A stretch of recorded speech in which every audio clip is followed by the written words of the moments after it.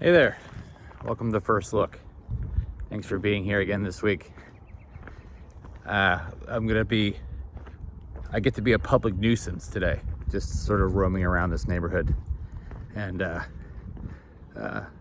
trying not to get in anybody's way. It's Earth Day, and the Earth is showing off because it's pretty glorious. So I'm gonna do my best to enjoy it. So,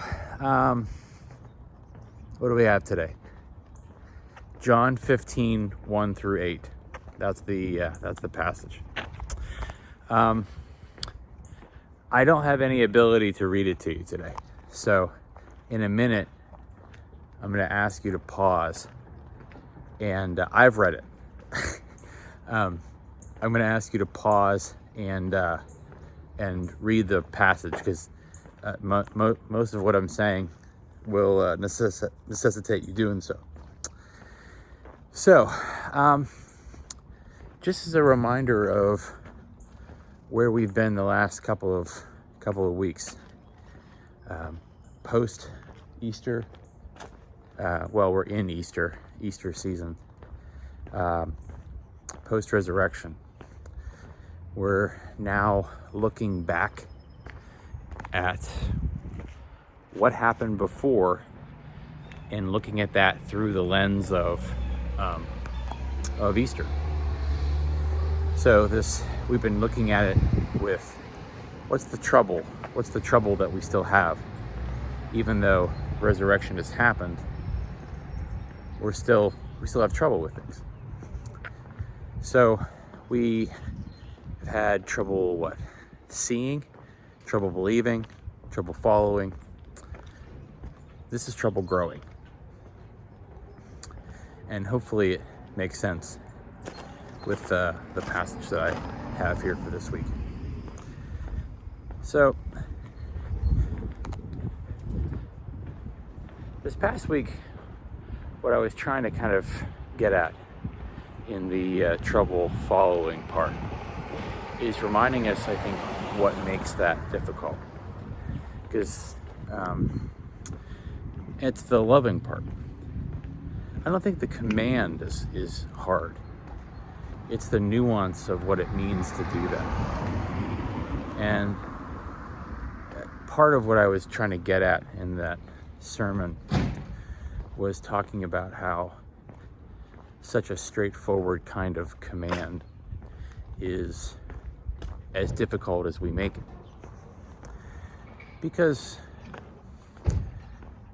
loving is easy until it's not. Loving is something that we want to do until it's not. And I think one of the hardest things about that is that I really didn't get into, I think, in the passage, was the fact that the trouble with following isn't our capacity for loving. It's our desire to love in the ways that we see Jesus loving. Not only because Jesus loved perfectly, and that's hard for us to do, but also because we have been trained to be skeptical of loving people either too much, or loving the wrong people, loving certain people more than others.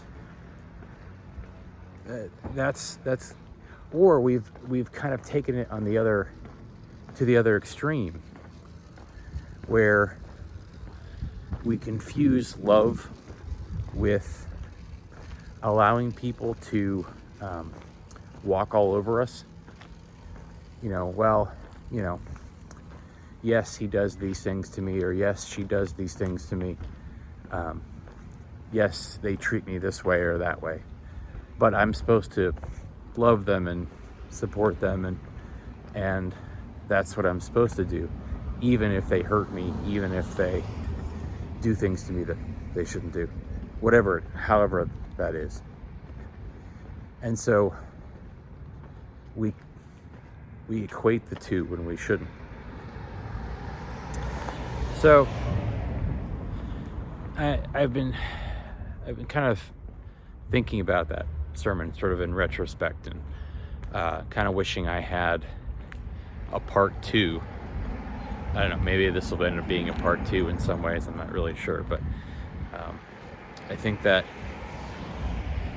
because our training on how to love people is often skewed or incomplete or riddled with bias or certain bigotries, or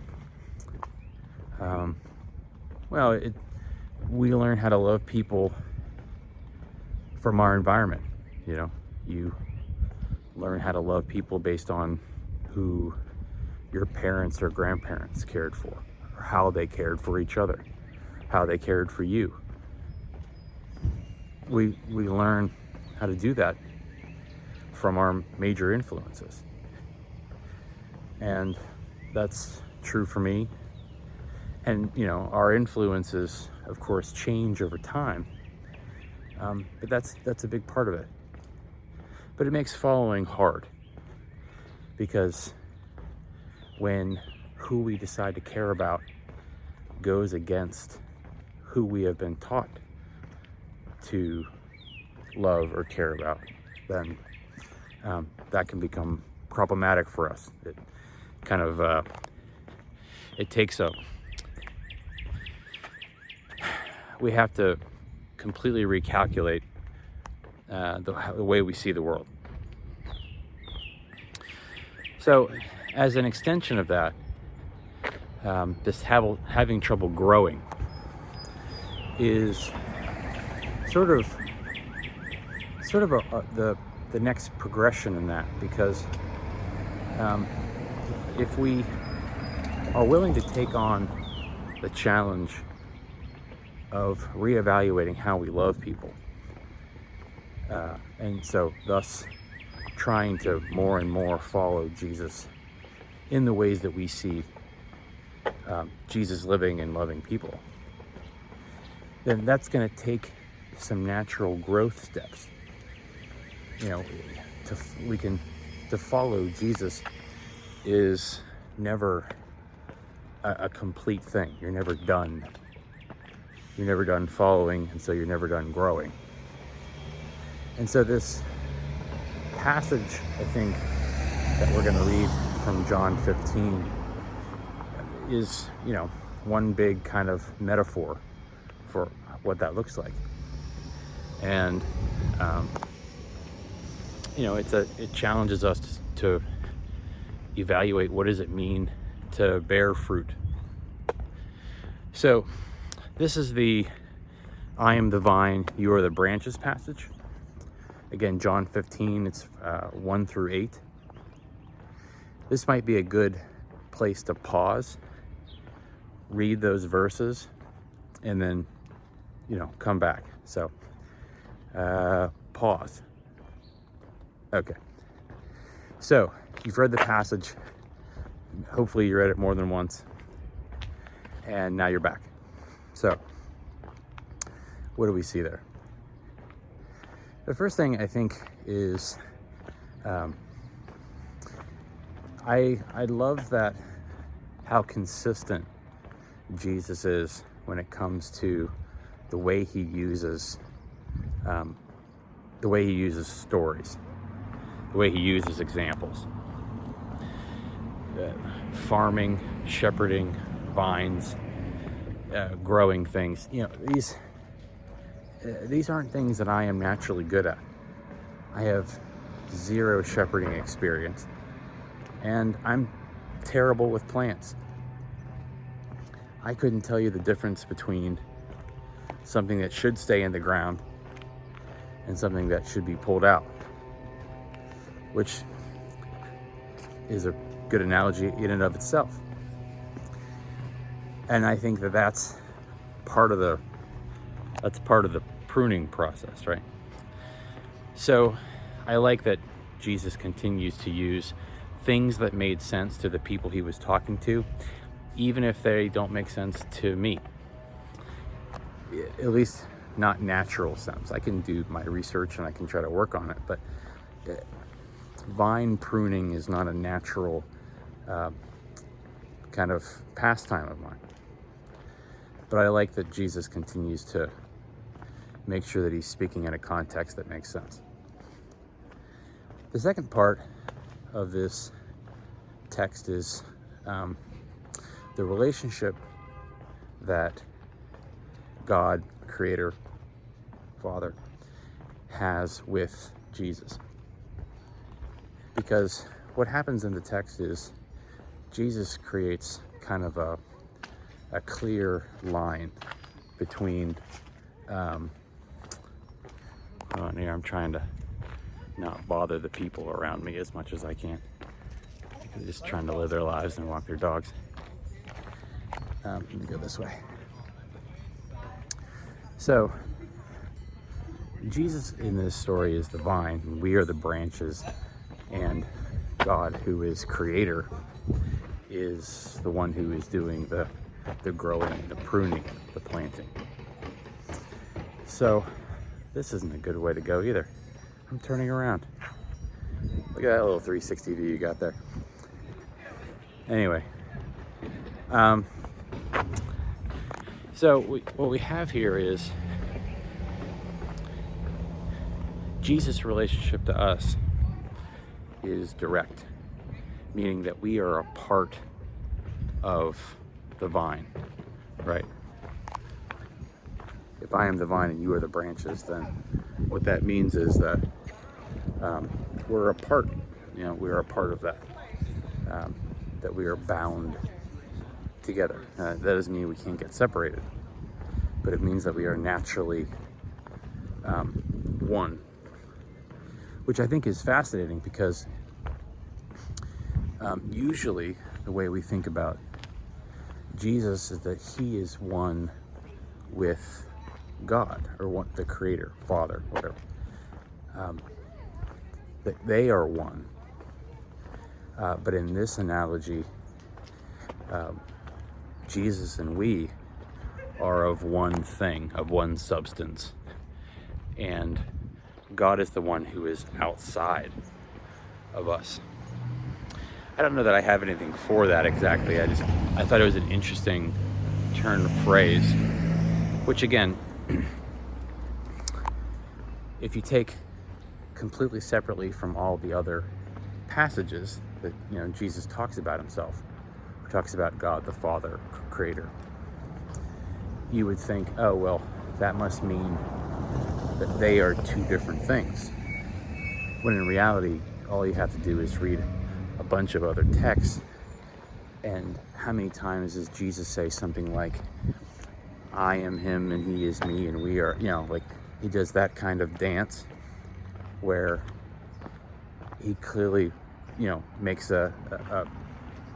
he clearly makes the point that God who creates and he as the Word are of the same substance, which is important for the way we understand who God is and how God works in the world. But in this text, what we get to see is that we are a part of that too. Because if we're the branches of the vine and we can get pruned off, then we're still of that same substance. But we know that, of course, the source is Jesus. And separated from that source, we die. So I think a lot of the text, of course, talks a lot about or focuses on the idea of fruitfulness and what that means. And I was thinking about that because, there have been kind of classic ways of understanding what does it mean to bear fruit. And I think one way that we see the most often is that fruitfulness is, we kind of view it as a product. So fruits are the parts of the plant that you and I consume. it's energy for us, it's sustenance for us, and so it's like a product to sell, to gain something from. So that if we're the fruit in that sense, then we are kind of what God or what Jesus gains from us. What does the world gain from us? But I was kind of thinking for a second about what fruit actually do. And what a fruit is meant to do is create more of the thing that it's coming from. So, as you know, I'm not going to give you some biology lesson, but fruit has seeds in them, and seeds need to get planted in other places. And so fruit is just a way of getting that seed, getting that extension of the vine or the plant to get spread around, right? Some plants do it by I can't remember what those little flowery things are that like they blow in the wind and the seeds like float around. The ones that, dandelions, there it is. I knew I'd find it eventually. You know, the seeds get planted and strewn about that way. And then other ones, there's this plant, I just saw the ones that kind of whirl like that. But lots of plants, obviously, an animal or something consumes the fruit and then it gets distributed elsewhere, fertilized and whatnot. And it's so that now we have more of the origin plant, in this case Jesus. We have more of Jesus other places, or the evidence, I guess you could say, of Jesus in other places. And I guess just thinking about it with that slight kind of variation, a little bit less transactional, but instead of it being something like a byproduct, it being a way of sort of being an extension of Jesus. I think just changes the way we kind of see ourselves, see our role in the world. That we're reflections of Jesus to those around us. You know, that if we are there, we are showing people that Jesus is there also. And I think the fruit part, even if I take that piece of analogy down, just put it down for a second. If you think about what it means to bear fruit, I think, again, more classically, we think about what the byproduct is. You know, that we are something that can be shared, something that is like a proof of something. Something that bears fruit is something that you keep around, something that is, I guess, worth being there, right? So if a plant bears fruit, then it's something that you keep and allow to grow and allow to keep, existing and moving and doing its thing, and otherwise it's just discarded. And I think the idea of what it means to bear fruit is kind of difficult, because on one hand it feels like kind of a natural thing to want to do, to be someone who bears fruit, someone who's, we think of that as like, well, that means doing good deeds, caring for others, loving people, doing the types of things that Jesus wants us to do. But on the other hand, that starts to feel like now we have to earn something. Doesn't it? At some point, it feels like earning. That, well, if I don't bear fruit, then I'm not earning my keep. I'm not earning my salvation. I'm not earning love. But I think the way of reconciling that is by trying to understand that, or trying to lean into the part of the analogy that instead of it being about earning something, it's about evidence of life. Something that's bearing fruit, something that is growing and moving is a way of you knowing that it's alive, that's healthy, and that it has what it needs. And so it's something that bears fruit, has evidence of having all that it needs to thrive and exist and do what it's meant to do. We're not meant to not bear fruit in the same way that we are meant to think. We're meant to breathe. We're meant to enjoy life. That's as natural a part of being alive and experiencing creation as anything. And so bearing fruit is more of a evidence of a natural state of being and wholeness, right? Because I think that's part of it, is that if we're a part of who Christ is, then instead of just simply thinking about ourselves as someone who, well, unless we do enough good things, that Jesus is going to throw us into the proverbial fire, then maybe it's more of a call to think about how healthy and well are things within us, right? Because, if this plant, this tree up here stops sprouting leaves, it's spring, right?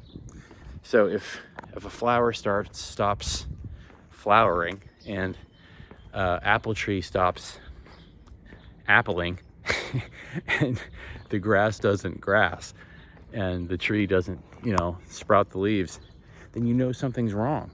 That there's something there that isn't existing in the way it's supposed to exist. And so, in the case of a plant, there's not much you can do about that, right? You can try to nurse it, you can try to do something to it, you can try to do, but it might mean that something is just wrong. But with people, what that means is that, there's something about this that isn't what it needs to be. Something should change. And the analogy ends with Jesus saying, the pruning part. But, we can't forget about the element of this where growth can happen. Because Jesus can't then, or the people who are bearing fruit can't thrive unless God continues to help it thrive. And as I've said before, you can kind of get lost a little bit in analogies. Like, it can be a little bit daunting to try to parse them out, because I don't think that's what they're meant to do. I don't think Jesus is giving analogies when it comes to, shepherding or plants or farming or, growing things so that you and I will pick them apart from 75 different angles. That's not why I use an analogy. I'm not saying something about my family or something about a trip I took or an analogy about the solar eclipse, because I want you to pick apart every little piece of, you know, what I'm saying. I'm trying to get to a greater point. So, you know, we take that, you know, to where it's useful. But even the analogies that we use should help us to kind of understand the broader picture. And that, I think, is the important piece of this story, really of any analogy story that Jesus tells. We can't read it in isolation. And so we have to be able to use it and draw in other things that help us understand that bigger point. And I think I want to try to get into that on Sunday. How does this passage kind of tell us something about all of the ways that Jesus is trying to help us grow and change and evolve and, go through that sort of discipleship journey. So that's what I got for today. Thanks for thinking about growing and thinking about what it means to try to, do this from a resurrection standpoint. If we know that who Christ has made us to be, then what does it mean for us to kind of take this journey together? That's what we're trying to handle this a little bit. So thank you for being you. Thanks for thinking through this. And I'll see you next time for another First Look. Enjoy the day. Take care.